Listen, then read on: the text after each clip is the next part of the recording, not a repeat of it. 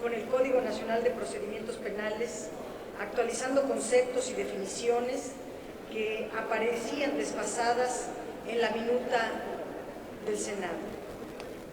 Las propuestas de la Cámara de Diputados incluyen mayores garantías para las víctimas del delito y sus asesores jurídicos, e incluso establecen más opciones para que las personas que hubieran participado en algún delito puedan sujetarse a criterios de oportunidad, mecanismos de colaboración efectiva que coadyuven en la persecución y sanción de los delitos, por lo que estas propuestas también se ajustan al desarrollo progresivo de los derechos humanos, que priorizan los derechos de las víctimas y las medidas que aseguren la verdad, la justicia y la reparación del daño.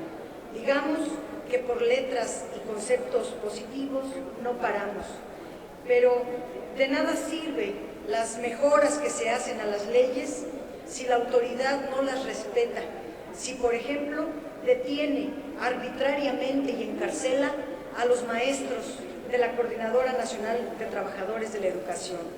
De nueva cuenta vemos que se hace uso sesgado y político de la justicia, la utilización de las instituciones con fines políticos que ha dañado severamente a todo nuestro sistema de justicia. El gobierno lleva una cuenta en este sexenio de 3 maestros muertos en las protestas, 8 líderes presos en penales de alta seguridad, centenares de golpeados y un sinnúmero de actos represivos en contra del magisterio. Puedo seguir relatando las bondades de esta miscelánea. Otra es, por ejemplo, que se ajustan los plazos de la audiencia intermedia. Esto es algo muy bueno, porque, por ejemplo, a los maestros no los hubieran podido encarcelar porque no hay pruebas que lo sustenten, y en el nuevo sistema acusatorio adversarial sería imposible un acto de esta naturaleza a menos que se salte en la ley definitivamente. Los servicios de defensoría pública en esta miscelánea fiscal se mejoran mucho. Se le puede fincar responsabilidad penal a las empresas, otro aspecto que no tenía. Se hizo un cambio muy importante en el artículo 149 del Código Nacional de Procedimientos Penales, que daba margen, decían las organizaciones sociales especialistas en estos temas de tortura, que estos lapsos de tiempo, estos desfases de tiempo, daban un margen a la tortura.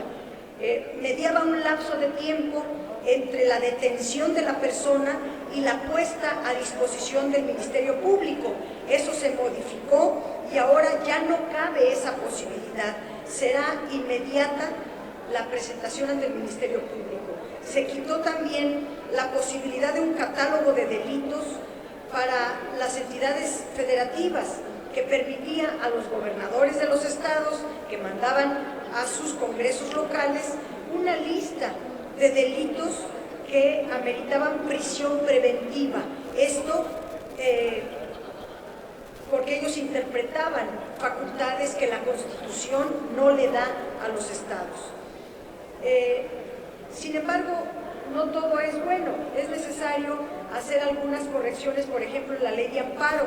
La propuesta de la colegisladora para reformar el artículo 170 de la ley de amparo, desde nuestro punto de vista, no procede y debe de mantenerse en la redacción que aprobamos aquí en el Senado, que deja claro que el proceso penal no inicia con el auto de vinculación, sino con la celebración de la audiencia inicial, en la cual se pueden dictar un auto de vinculación a proceso, pero también se califica la detención y se formula la imputación, y para los efectos de un amparo directo se tienen que considerar cualquier acto de autoridad que hubiere o que se hubiese repercutido en una violación al proceso o a los derechos de la persona imputada, y estas violaciones se pueden presentar en cualquiera de las etapas de la audiencia inicial y no solo a partir de la vinculación a proceso.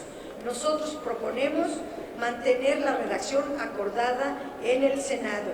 También el dictamen propone reformar el artículo 173 de la Ley de Amparo, pero la colegisladora no tomó en cuenta los principios que están establecidos en el nuevo sistema adversarial oral y debe de considerársele.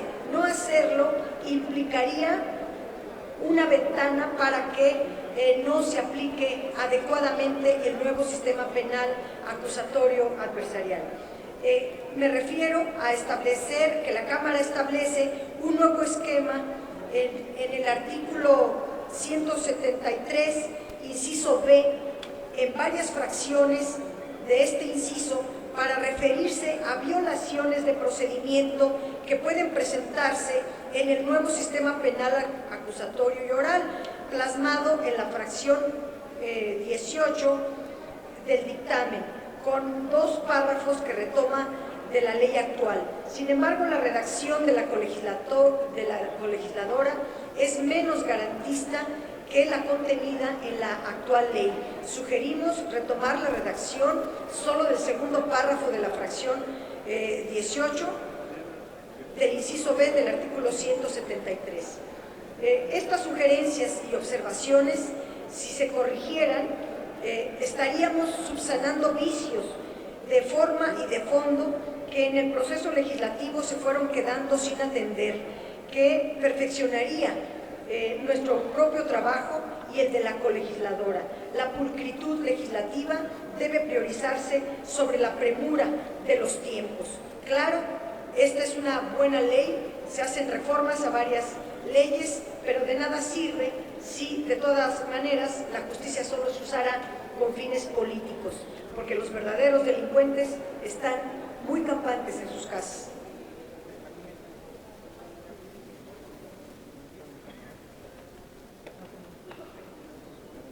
Tiene el uso de la palabra el senador Fidel de Médicis Hidalgo. Hasta por